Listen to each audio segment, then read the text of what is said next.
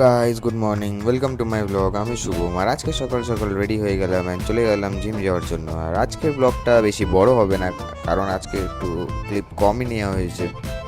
যাই হোক, তো তারপর জিম থেকে চলে আসলাম বাড়ির সাইডে, অ্যান্ড বাড়ির সাইডে আসার পর চলে আসলাম বাড়িতে।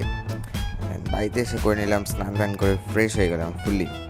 তারপর করে নিলাম ব্রেকফাস্ট, অ্যান্ড ব্রেকফাস্ট করার পর রেডি হয়ে গেলাম।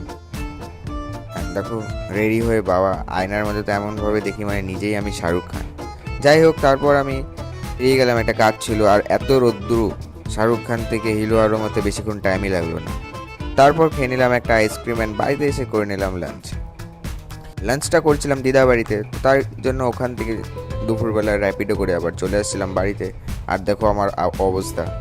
তারপর বিকালবেলা একটা স্প্রাইট খেয়ে নিলাম, যেটা কি লিমিটেড এডিশন ছিল। তারপর একটা সিঙ্গারা খাওয়ার পর চলে আসলাম বাড়ি। সো গাইজ, আজকের ব্লগ এতটুকুই। Till then, bye by.